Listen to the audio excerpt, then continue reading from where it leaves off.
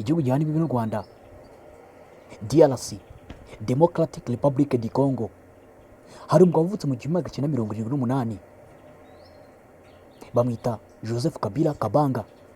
Uyu mugabo yabaye perezida wa Repubulika ya Demokarasi ya Congo kuva 2001 kugera mu 2018.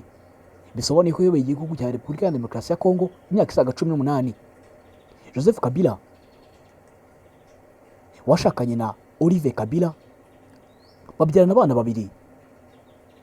Uyu Joseph Kabila yabaye umutegetsi wa Repubulika ya Demokarasi ya Congo imyaka myinshi, aho yari asimbuye se Desire Kabila wari umaze guhirikwa ku butegetsi yishwe n'umusirikare wamurindaga.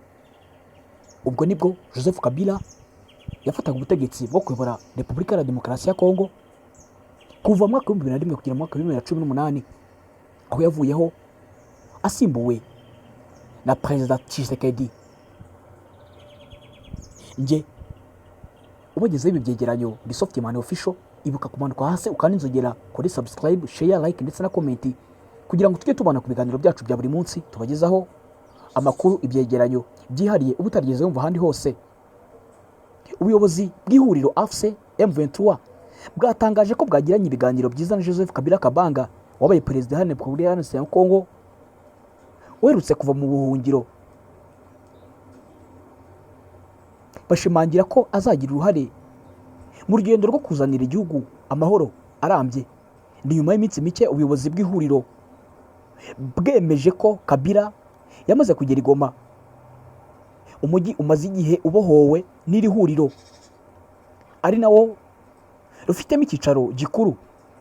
Kuri wa gatanu tariki 30 Gicurasi 2025, umuhuzabikorwa AFC M23 Colonel Nanga yatangaje ko ubuyobozi bw'iri huriro bwahuye na Perezida Kabila Joseph. Mu butumwa bwa Colonel Nanga yagize ati, muri uyu mugoroba habaye ikiganiro cyiza cyane hagati y'ubuhuzabikorwa bwa AFC M23 na Perezida w'icyubahiro Joseph Kabila Kabanga.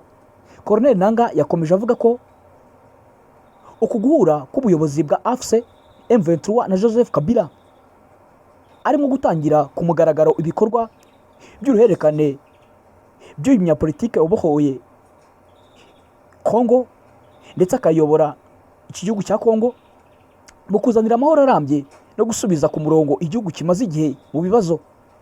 Joseph Kabila kandi kuri wa gatanu yanahuye n'abayobozi b'imiryango gakondo bagirana ibiganiro nk'uko ubwe yabyitangarije, aho akomeje kugenda ahura n'amatsinda atandukanye.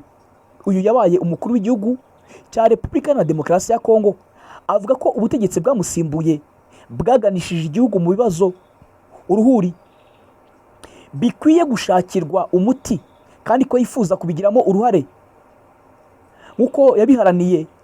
Abayobozi b'imiryango gakondo bahuye kuri uyu wa gatanu na Joseph Kabila bagaragaje imvamutima z'uko bishimiye guhura na bwana Perezida Joseph Kabila Kabanga wayoboye Repubulika ya Demokarasi ya Congo mu myaka isaga 18.